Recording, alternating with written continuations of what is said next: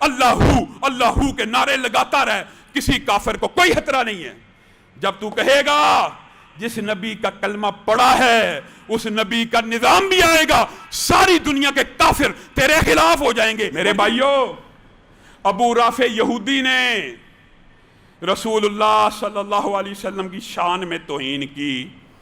ایک بدبخت scholar of dollar Pakistan آئے تو کہتا تو انہیں رسالت کی جو سزا ہے میں نے پاکستان میں لاگو کروائی ہے۔ یورپ چلا جائے تو کہتا ہے یہ پاکستان میں جو لا ہے بڑا غلط ہے، کفار کے اوپر یہ اپلیکیبل نہیں ہے۔ یہ کہاں کا شیخ الاسلام ہے؟ اس نے کہاں سے دین پڑھا ہے؟ ابو رافع، کیا نام ہے ابو رافع؟ یہودی۔ یہ مسلمان ہے؟ یہ تو یہودی ہے۔ رسول اللہ صلی اللہ علیہ وسلم نے پلاننگ کر کے باقاعدہ عبداللہ ابن عتیق کو، اس کی گردن کو اس کے تن سے جدا کرنے کے لیے بھیجا، اور قربان جائیں عبداللہ ابن عتیق کی قسمت کے اوپر۔ انہوں نے بھی ایسی عمدہ پلاننگ کی۔ لمبا چوڑا واقعہ، مختصر یہ، قلعے کے اندر بالآخر پہنچ گئے، چال کے ساتھ اس کی گردن کو کاٹا، شک پڑ گیا کہ گردن صحیح نہیں کٹی۔ دوڑتے ہوئے نیچے اتر رہے تھے، اچانک سیڑھی سے پاؤں پھسلا، ٹانگ بھی ٹوٹ گئی۔ یہ شمع رسالت کے پروانے، ان کا جذبہ کیسا ہوتا تھا؟ شک ذہن میں پڑا ہے، وہم بڑا خود بیان کرتے ہیں، وہم پڑ گیا کہ وار مارا تھا، کہیں ایسا تو نہیں کہ بچ جائے گا۔ ٹانگ بھی ٹوٹ گئی، کہا، برادہ کیا، اللہ کی قسم جان چلی جائے جب تک اس کے موت کی خبر نہیں سنوں گا یہاں سے نہیں بھاگوں گا۔ ادھر ہی چھپ کے بیٹھ گئے۔ پھر تھوڑا عرصہ گزرا، وبیلہ مچ گیا، ابو رافع یہودی کو مار دیا گیا ہے۔ عبداللہ ابن عتیق کہتے ہیں مجھ سے چلا نہیں تھا جا رہا، ٹوٹی ہوئی ٹانگ کو کپڑے میں باندھ کر رسول اللہ کی خدمت میں حاضر ہوا۔ رسول اللہ کا چہرہ خوشی سے چمکنے لگا اور میری ٹانگ کے اوپر ہاتھ کو پھیر دیا۔ وہ جو ٹوٹی ہوئی ٹانگ تھی، اس سے قبل جو ٹانگ کے اندر قوت و طاقت تھی، رسول اللہ نے ہاتھ پھیرا، آج اس درست ٹانگ سے بھی زیادہ قوت و طاقت میری اس ٹانگ میں موجود ہے۔ ٹوٹی ہوئی ٹانگ کے اوپر رسول اللہ نے ہاتھ پھیر دیا۔ کس کے قتل کے اوپر؟ یہودی کے اوپر۔ یہ اسکالرز آف ڈالرز کہتے ہیں جی غیر مسلموں کے اوپر یہ قانون نہیں لگتا، ذمیوں کے اوپر نہیں لگتا۔ آسیہ ملعونہ کو فرار کرانے والے بڑے حقیر ہیں ممبر و محراب کے وارثوں کی نظر میں۔ انہوں نے یہ سنگین غفلت کی ہے، سنگین جرم کی ہے۔ کل قیامت کا دن ہوگا اور رسول اللہ کو کیا جواب دو گے کہ ایک عورت کی توہین کو عدلیہ بھی تسلیم کرتی ہے؟ تم نے میکرون کے کہنے کے اوپر میکرون کے حوالے کر دیا، اب وہ بدبخت اس عورت کے ساتھ بیٹھ کے ہنسی مذاق اور مسلمانوں کا ٹھٹھا کرتا رہتا ہے، میڈیا کے اوپر تصویریں چلتی رہتی ہیں۔ اسی پر بعد نے یہ کہا، بعد مولوی، اب ہمارے قبیلے کے یہاں کیا کہا جائے، ہر بندہ لیکن ایک سا نہیں ہوتا۔ بعد نے یہ کہہ دیا ٹھیک ہے ریاست کے اندر غیر مسلم موجود ہے، اس کو تو یہ احکامات لگیں گے، من سب نبیا فاقتلوہ، یہ حکم لگے گا، لیکن جو ریاست سے باہر ہوگا اس پہ نہیں لگے گا۔ اے بس تامک تو ہی ہے، بس رسول اللہ صلی اللہ علیہ وسلم کی ذات کے ساتھ یہ تمہاری محبت ہے؟ کعب بن اشرف جائیے، آج بھی اس کا قلعہ مدینے کی حدود سے باہر ہے، آج کے مدینے کی حدود سے بھی باہر ہے۔ اس دور میں مدینہ کی ریاست کے اندر تھا؟ نہیں تھا، باہر تھا۔ محمد بن مسلمہ کو رسول اللہ نے باقاعدہ پلاننگ کے ساتھ بھیجا کہ جاؤ کعب بن اشرف یہودی کے سر کو میری بارگاہ میں پیش کیا جائے۔ وہ بھی لمبا چوڑا واقعہ، پلاننگ کے ساتھ گئے، سر کو کاٹ کے لے آئے۔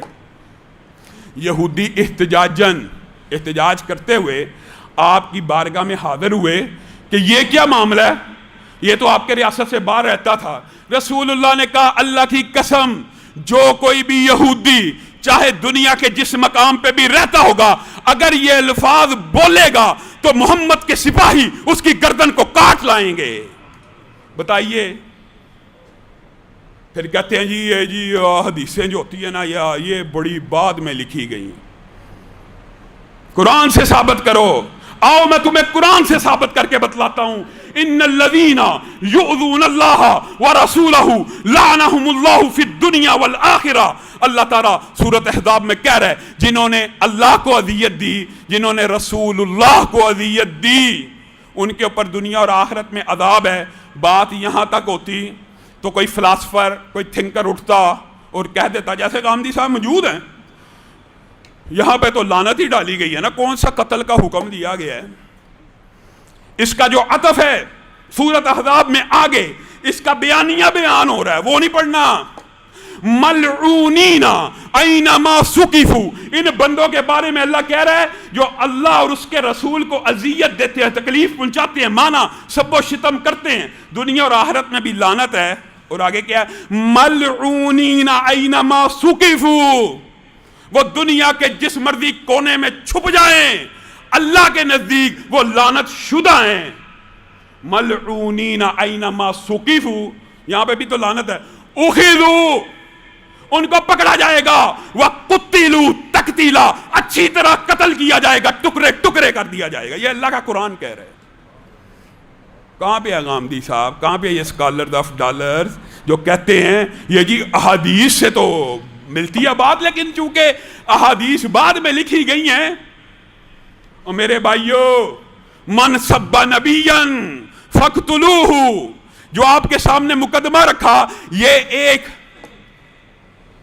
عام فہم بات ہے کہ گھر کے سربراہ کی توہین برداشت نہیں ہوتی, گھر والے کو, ریاست کو ریاست کے سربراہ کی توہین برداشت نہیں ہوتی, تو جس کا کلمہ پڑا ہے, ہائے اقبال کیا شعر کہہ گیا, اللہ کی قسم کئی مرتبہ انسان اقبال کا یہ شعر پڑھتا ہے, اس کی سوچ و فکر اور تخیل کی پرواز پہ حیران رہ جاتا ہے.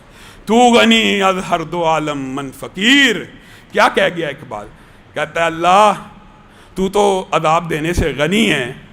بالفرض اقبال کے نامہ اعمال میں ایسے گناہ موجود ہوں کہ جن کی سزا دینا اللہ آپ یقینی ٹھہرائیں, تو مجھے اقبال کو نبی محترم کی آنکھوں سے دور لے جانا کہ جس نبی کا کلمہ پڑھا ہے اس کے سامنے اقبال یہ شرمندگی برداشت نہیں کر سکے گا.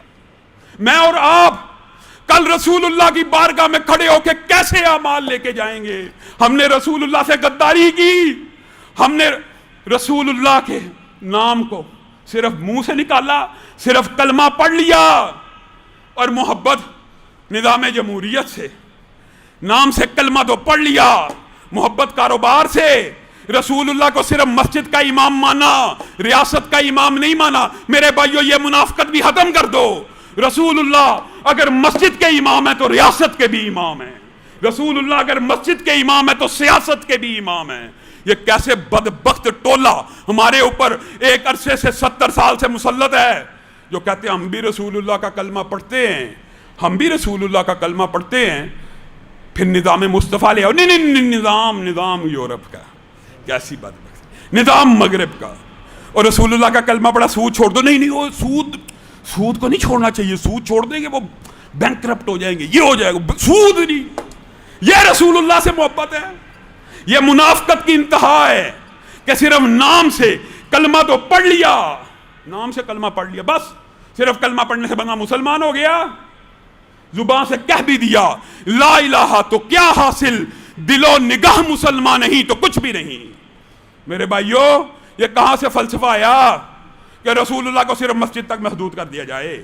یہی شعیب کی قوم شعیب کو کہتی تھی نا, اپنی نمازوں کو اگر مسجد تک رکھے گا تیری مسجد کو سونے سے بنا دیں گے. اور میرے بھائیو کفار کو بھی کوئی خطرہ نہیں ہے اسلام سے, جب تک تو مسجد میں بیٹھ کے اللہ ہو کے نعرے لگاتا رہے, کسی کافر کو کوئی خطرہ نہیں ہے. جب تو کہے گا جس نبی کا کلمہ پڑا ہے اس نبی کا نظام بھی آئے گا, ساری دنیا کے کافر تیرے خلاف ہو جائیں گے. اور یہی اصل اسلام کا نظریہ ہے, هو الذی ارسل رسولہ بالہدی ودین الحق لیظہرہ علی الدین کلہ. رسول اللہ کو اسی لیے بھیجا گیا ہے. آپ کی اور میری یہ ذمہ داری ہے, اللہ کی قسم ہر بندے کے اوپر فرض ہے کہ رسول اللہ کے دین کو غالب کرنے کی جد و جہد کرے. اور دین تو غالب آ جانا ہے, اللہ کی قسم آنا ہے, دین غالب آنا ہے. صرف اللہ یہ جانچ رہا ہے کون سا اللہ کے لشکر میں شامل ہے اور کون سا اللہ کے مخالفوں کے لشکر میں شامل ہے۔ اللہ رب العزت جو کہا گیا، جو سنا گیا، اس کو سمجھنے کی توفیق عنایت۔